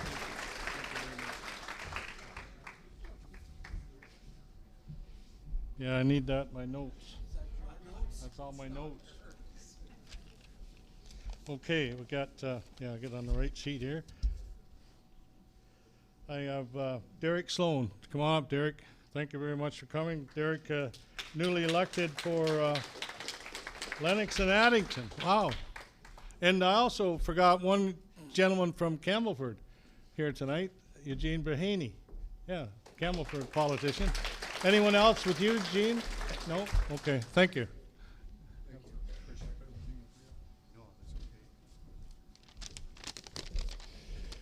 Well, I don't know about you, but as a member of Parliament and also a citizen, I'm upset by what I'm hearing tonight. And I hope that if you forget nothing else, don't forget the anger that you may be feeling. And don't let this, let's focus on the problem right now, but don't let this slide. And whoever is responsible for this needs to be fired. So let's worry about the problem at hand and let's get down. Thank you. Thank you. So don't forget, let's worry about the shoreline for now, but don't forget that many people were responsible for this, and they can't just go into the night quietly. So I'll give you some comments briefly. It's an honor to be here tonight, to hear from you and to listen to the concerns of so many of you. As a newly elected member of Parliament for Hastings, Lennox, and Addington, I can also tell you that I've heard about high water levels now for months, if not years. And it is one of the consistent things that I hear in my throughout the campaign and prior to that. We are gathered here tonight because for too long, many of us have felt ignored by the IJC as well as the federal government. I can also tell you that since becoming a member of Parliament, or a member of Parliament-elect, as my friend here pointed out, the number one issue I have heard about from mayors and chiefs and constituents and stakeholders has been about high water levels. And as we speak, water levels are at the highest levels possible, heading into what is now being forecasted as a very heavy, potentially very heavy levels of precipitation this winter. This is not a partisan issue, as my fellow MPs have pointed out here. And it's a simple fact that we have seen official numbers showing how high the levels are already this season. It does not take a scientist to know what this means. When we have a spring thaw in 2020, we will once again see extreme flooding events across Lake Ontario and the surrounding waterways under the administration of Plan 2014. The time has come for us to make it very clear to the federal government and the International Joint Commission that we will not stand for this. And therefore, I can tell you I will be working 100% with my other shoreline colleagues to bring this to the attention of the federal government. And I know that another one of our colleagues that is not here tonight is working on a letter that he wants to get signed by all the shoreline MPs. And I can guarantee you that my signature will be on that letter, and I will be doing everything I can, including heaping sandbags and other type of things if it comes to that in the spring. Thank you very much.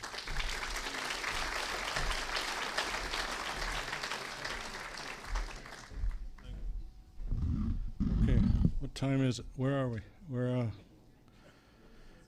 7:33, so we've got a few minutes according to my schedule. We've got Charlene is supposed to sing at 7:30. So Charlene, you're on. Where are you? Okay. This is not Kenny Rogers, and it's not Johnny Cash. So you may not know when to fold them or how high the water is, but I also just wanted to speak as a homeowner. My husband and I retired to the Bay of Quinte 6 years ago, and the last 2 out of 3 years we experienced flooding. Because of the exceptional efforts by the Quinte Fire Department, city workers, volunteers, family, neighbors, and friends, we avoided serious damage to our homes. But we now have approximately 1,500 sandbags protecting our waterfront, and they've become a permanent fixture. We've been told by waterfront companies that we require 16 to 20 dump truck loads of various fill to properly protect our lands. The Conservation Authority will allow 2. So here we sit, vulnerable, unprotected, anxious that the 1,500 shrinking sandbags will last through to next spring. Should water levels meet or exceed the 2019's levels, we will again require the help of all those people. My husband and I took shifts to man 8 pumps 24/7, afraid to go anywhere for fear of one stopping. It was and still is very stressful. There has to be a better solution than a year-to-year emergency fix. So,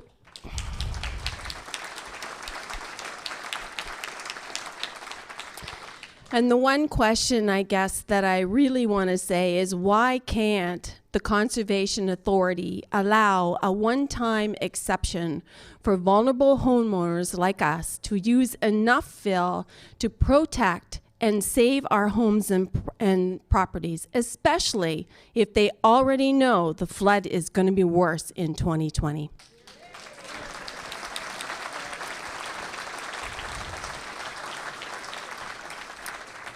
Anyway, my thing is music, and I wrote a song. And I'm hoping it's got a very catchy chorus that everyone will sing along with the chorus. The words will be on the screen. That's a very common tune. And I'm wondering if I can ask you to really emphasize the last line of the chorus. And by the time we get to the end of the song, you need to be shouting loud enough for IJC to hear, if IJC is listening. I'll do the chorus first so you can kind of practice. Are they up? Oh, yeah.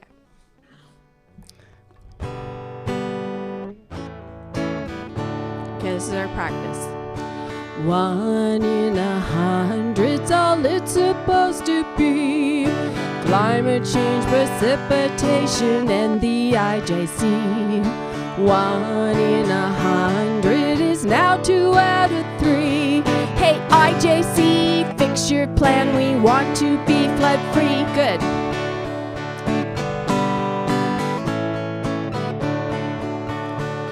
December 2016, IJC approved a plan. 2014 guaranteed to hardly flood our lands. Lake Ontario in 4 months, surprise was way too high. IJC said it's not our fault, it's climate change, and stood by. 1 in 100's all it's supposed to be.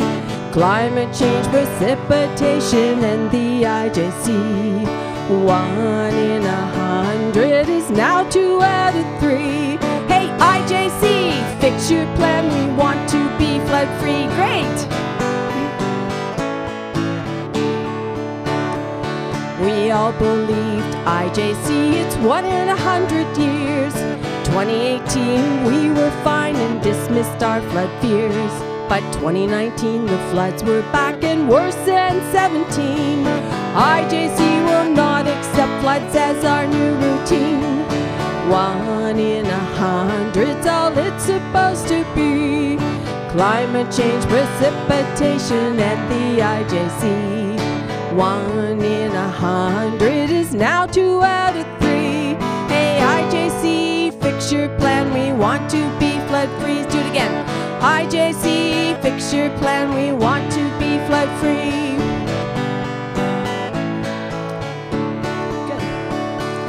Damage to our property should not be our expense. IJC, it should be you who builds a side defense. Protection and indemnity, your plan says you provide. So buy us out, fix our lands, but don't cast us aside. 1 in 100's all it's supposed to be. Climate change, precipitation, and the IJC. 1 in 100 is now 2 out of 3. Hey, IJC, fix your plan. We want to be flood free. Hey, IJC, fix your plan. We want to be flood free. One more time. IJC, fix your plan. We need to be flood free.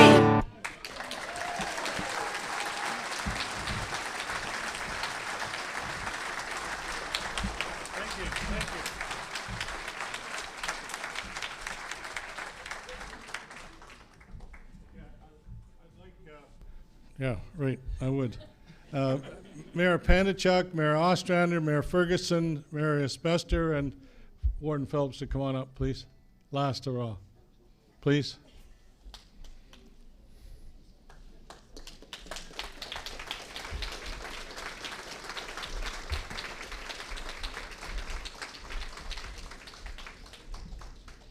And what I want to recognize is that you know, we all accomplish many things, but together we're stronger. Yes.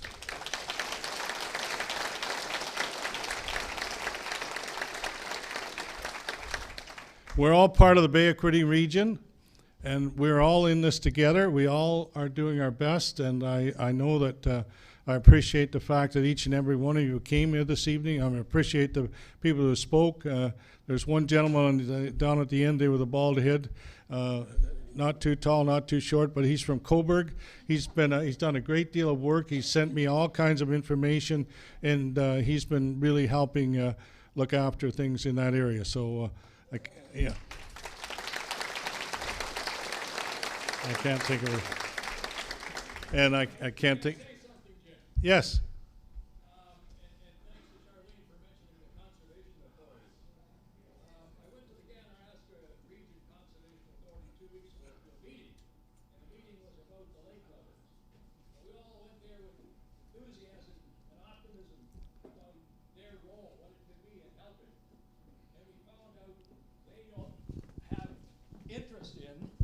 Oh, sorry, am I yelling? So we went to the meeting, and it turns out they are not interested in Plan 2014 or the IJC or what the flaws may be in that plan. They're interested, and yet the number one objective when you go to the website of the Conservation Authority of Ontario is flood prevention, flood protection. And so all the work they're doing is over the decades ahead, what can be done, assuming things continue as they are. But they have no interest in pursuing, in the short term, what might the flaws be in Plan 2014. And unfortunately, so far, our politicians seem to have no leverage with the IJC. And thank God they're going to keep trying, but so far they don't seem to have any. But what they have, and I'm speaking to the MPs and the mayors and so on, you do have influence over the Conservation Authority. You should have.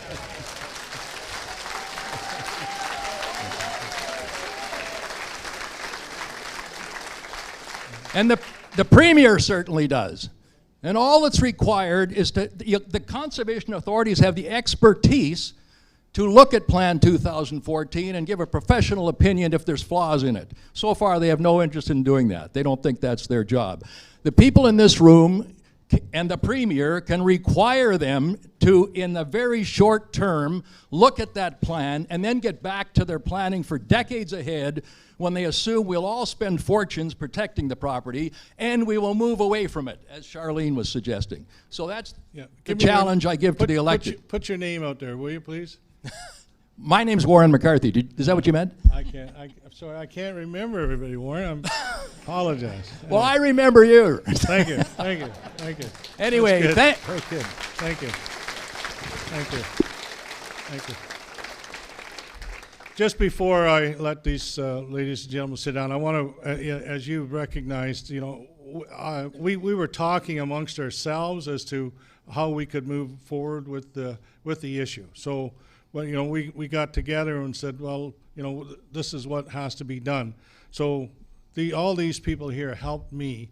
I didn't do it myself.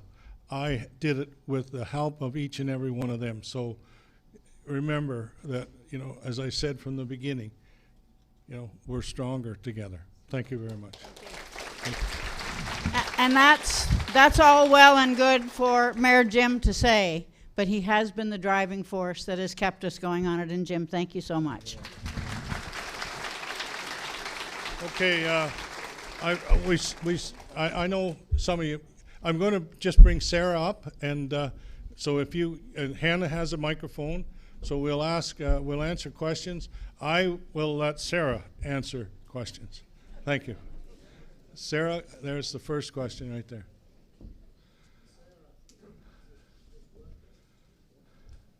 Not working, guys. Jason, Mike. Sarah, you said that the commission can't be sued, but New York is suing the commission Why is Ontario not joining in the lawsuit? We are if we can. Or we Okay. will if we can. Okay. So New York has announced their lawsuit. There's also a lawsuit of the American residents. The citizens in New York have also band together and are about to launch a lawsuit, not just against the IJC, but against the Canadian government and the American government, who does not enjoy immunity. So New York, knowing that there is immunity, is going forward and going ahead. The letter that was read tonight from Premier Ford is the first bit of news we have ever heard come from the Premier on Plan 2014. So we're extremely thrilled, believe me, to get that letter today. We are extremely thrilled, but we need to see more from our Premier. What you have is Cuomo in New York pounding his fist on the table, demanding the rights of New Yorkers, demanding that they be made whole. What we don't see that happening at all in Ontario. In fact, what we see in Ontario is that we have a disaster mitigation fund that your community has to be activated to qualify, and none of you were activated. They were activated on the other side, on the Ottawa River. None of us were activated because the damage wasn't severe enough. And even if it was, it only counts for inside your home. It does not protect, it doesn't allow you to do your shoreline revetments or anything of that nature. So if you need to replace your drywall or your furnace, yes, but that $80,000 to $100,000 revetment that you just lost, and maybe you put it in 2018, and those 7-ton armor stones just actually tumbled back into the lake, too bad. But in New York, every one of them, 50,000 American, whether it was their primary or secondary. Okay. Thank you. I'm going to go to Chief. The municipalities can't activate. That's, I think, important, because we get calls asking to activate. We can't. That's a ministry thing. So the comment there was that municipalities cannot activate, and they can't. The province has to decide to activate. But the threshold is so high that we haven't passed it in 2017, 2019. Okay. Sarah, Hannah, give that to Chief Don Miracle. He's got some concerns with respect to safety and health and safety. Well, my comment is thank you very much, Mayor Harrison. My comment is that usually anything man-made there's always flaws in it, and there should be no reason why that something that's not working shouldn't be fixed. There's no room for delay.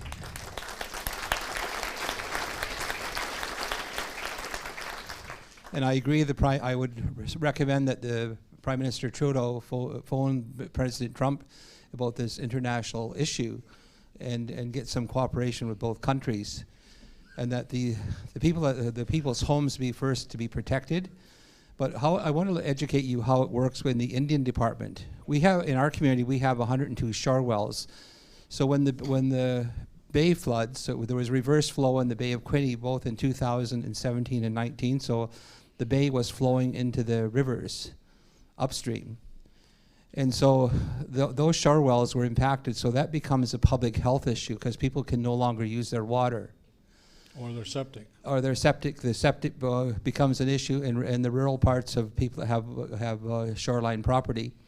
But also at Indian Affairs, Ontario has 44 boil water advisors, so the capital money needs to go to fixing those water treatment systems that are not on par with the MOE standards. And so the capital money has to get diverted into these flood emergency issues once you declare a state of emergency. So safe drinking water gets delayed in Ontario for First Nations people. Also, if this plan was designed to protect the ecosystem, it's not doing that. What's happening is great big chunks of bog are breaking away from the marshes as big as this room.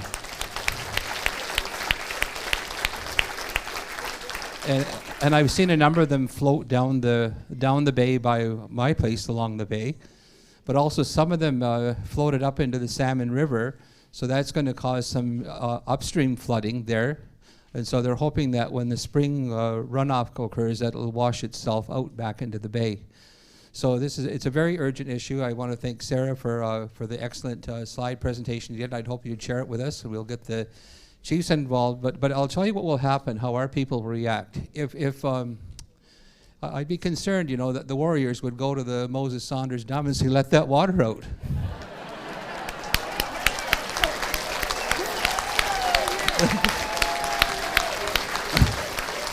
Okay. All right, Sarah, you got another customer right there. Sarah, right on your right. No, Right on your left he's there. calling you Sarah. I'm sorry, Hannah. And there's a question over here and here. And for those that don't know, Don is Thanks, chief of the Mohawk Nation.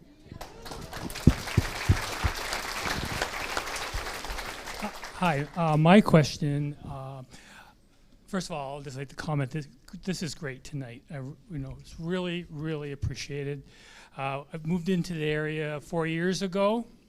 So since 4 years ago, okay. This year, sandbags weren't readily available for me early on in the flooding. And I ended up purchasing sand and et cetera, et cetera. So I guess hearing what I'm hearing tonight, embracing for next year. So what I'm looking at is what's going to be done at the immediate, the shoreline, for sandbags, for whatever needs to get done level. I appreciate all the higher level work being done. And, I'll continue to support this kind of effort, but what's going to happen in the short term? Whereabouts are you located? Welders Bay. Okay. Thank you. So I can speak to that. So unfortunately... Well, I don't have a solution other than more sandbags and sand. That's all I've got. Now, what I can speak to, however, is that there is no provincial standard in flood response. So unlike when your house catches on fire, there actually is an obligation of response. It actually is embedded in law, as it stands right now, that there is no obligation to respond to flood. It's a municipal decision. It's a municipal decision. So a municipality can literally say to you, this is not my problem. And that has happened up and down the shoreline. So what we have is in some communities, and my community of Clarington is now one of the best practices in flood response. So what happened in my community is that when we saw the flood was coming in 2019, they activated all resources. Over 10,000 sandbags were deployed. They had high schools engaged in filling sandbags. They had over 100 volunteers. We have a volunteer brigade on Rapid Notify. So a text message, phone call, email, instant flood notification. And these people come, they have partnerships with non-government offices, officials. So we had the Red Cross, ADRA, all these different bodies that came in and built the walls with our community in advance of the flood. Because we have, as you do, people in our community who are 85 years old. How are they going to move 2,000 60-pound sandbags, fill them, and then deploy them? And in 2017, we had no idea how to fill those sandbags. We were told to do it on our own. We built these sandbag walls and the lake laughed at us. They laughed at us. And so, I'm 110 pounds. I'm lifting 60-pound bags in 7-foot swells. And that's not acceptable. It's not acceptable. So the other ask is the provincial government has got to set a standard for flood response. They actually have to fund municipalities because any emergency, no matter how large, starts at the local level.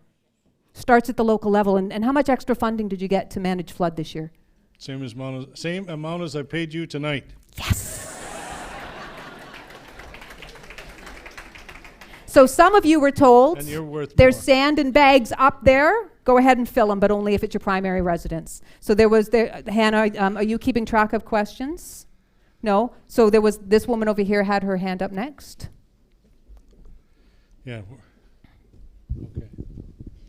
Hi, my name is Pat, and I live in Belleville on the water, and we were flooded. But aside from that, Sarah, you mentioned a great deal about the navigational issues and the lobby associated with that, and I certainly can appreciate the Environmental and Conservation Protection Agency, their strength in terms of the issues here. But I didn't hear any MP mention anything about the navigation and the navigation is part and parcel of the problem. What is that? What are the MPs going to do about that? There's a lot to talk about the environment and the conservation, but what are we doing about the money behind the navigation that's causing a great deal of this issue as well? So the question is about navigation and what we have been asking for. And it's not just shoreline owners, even very large environmental groups like Save the River have put public letters out urging the IJC to suspend navigation. First, they wanted it intermittent. We had enough time to do it. Once we lost that time, they said, shut navigation down for the month of December. If you do that, we can actually hit the levels that we need to hit. The IJC won't do it. So the question becomes MPs, the invitation becomes MPs, what role do you have in actually getting the water out of the system before the ice jams? Because what happens is in January is when we need a solid ice formation. And if we don't get that solid ice formation, if we don't have a deep freeze for an extended length of time, they ratchet back the outflow. They have to, because otherwise you get ice jams and it's terrible flooding and it's frazzle in the hydro systems, etc. So if they don't get that water out before the end of December, so the question is we didn't hear MPs say, I'm going to really advocate that we suspend shipping. And that is the invitation, without a doubt. Other questions? That doesn't bother me. So we are going to run out of time, that's for I know sure. we are. Hannah's got one. Someone over there, yeah. Here. Hi, Sorry. I'm Marinas. I live in Prince Edward County, right on Lake Ontario. What I'm frustrated with is the lack of common sense the IJC has. Why are they immune to that, and who do they report to? That's frustration. So they are formed out of the Treaty of 1909. And at that time, it was the Great Britain and the States. Now it's Canada and the States, but ultimately they are a body of the American and Canadian government. So that's ultimately where that comes from. Next one. We come this way and do these two. Yeah, I'm Bill Chapman. I had a waterfront property, but after the flood of 2017, I sold it because I know the stress of having to go out and operate pumps. Now, I'm glad we have federal MPs here. Ontario has a great deal of representation in our federal government. We have 4 of the 5 Great Lakes within our boundary, and yet we have no jurisdiction or no say on who sits on this joint commission. I would like those Ontario federal MPs to get together as a bloc and work towards getting representation on this committee. Thank you.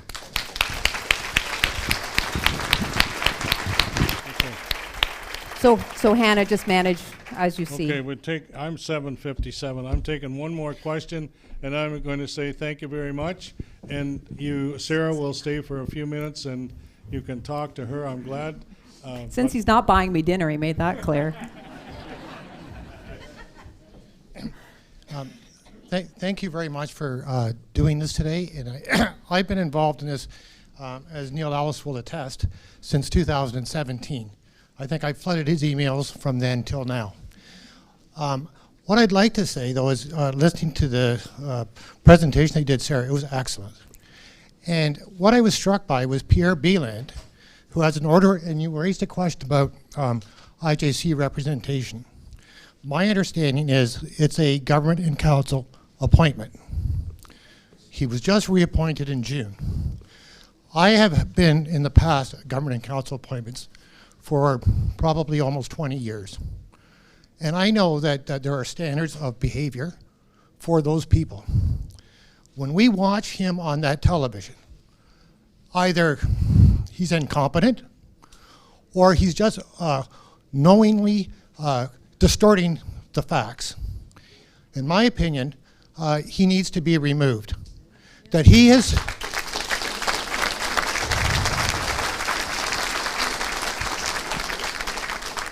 He has demonstrated such a strong bias that is not representing the people in this room, that does not represent the people upstream of the dam.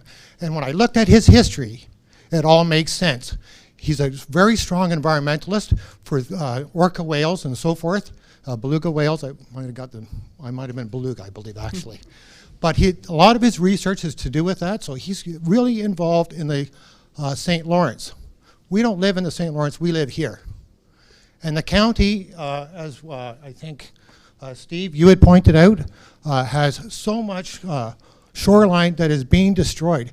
And I've gone to people's houses, and it is heartbreaking. And when I saw your pictures, it's heartbreaking. And to know that this is a man-made event, disguised as something flowing out of climate change, is just appalling. And Pierre Bieland needs to go. Thank you. I'm going to say thank you very much for coming. You've been a great audience. You've put forth a great deal of information. We will continue doing what we can do. It'll be posted on the website, I'm sure, of all the cities, so you can look and find out. Sarah's certainly a competent young lady who will answer any question she can, but I'm sure she gets tired too. The other Thank you thing, very folks, much. we Thank you. need you in Ottawa. We need a show of numbers. Come to the march in Ottawa. Thank you. Thank you.